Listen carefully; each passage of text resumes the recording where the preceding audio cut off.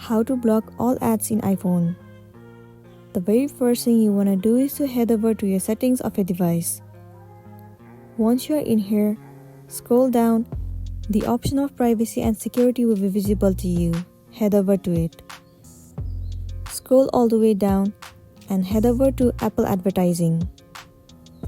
In here, you should find the option of personalized ad. If you see that option in here, what you want to do is simply toggle off the button.